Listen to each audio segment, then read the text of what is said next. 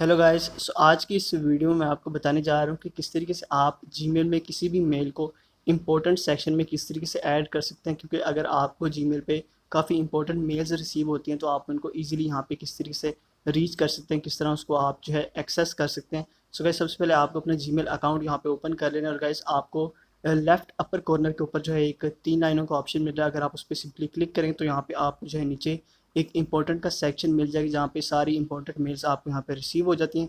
तो किस तरीके से आप कोई भी मेल इस इंपॉर्टेंट वाले सेक्शन में ऐड कर सकते हैं। सो गाइज, आपको बैक आना है और यहाँ पे अपनी मेल्स में आपको आ जाना है।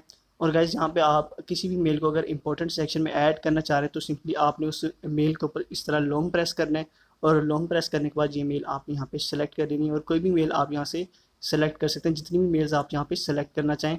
उसके बाद गाइज सिंपली आपको जो अपर राइट कॉर्नर के ऊपर 3 डॉट का ऑप्शन मिल रहा है उस पर आना और यहाँ पे आपको मार्क इंपॉर्टेंट का ऑप्शन मिल रहा होगा ऐड स्टार के नीचे। तो आपने सिंपली मार्क इंपॉर्टेंट वाले ऑप्शन पे क्लिक करना है और जैसे आप इस पर क्लिक करेंगे तो आपकी जो मेल होगी इंपॉर्टेंट वाले सेक्शन में यहाँ पे जो है वो चली जाएगी। उस तरह आप इजीली उस मेल को यहाँ पे एक्सेस कर सकते हैं और इस तरह इजीली आप किसी भी मेल को यहाँ पे इंपॉर्टेंट सेक्शन में ऐड कर सकते हैं।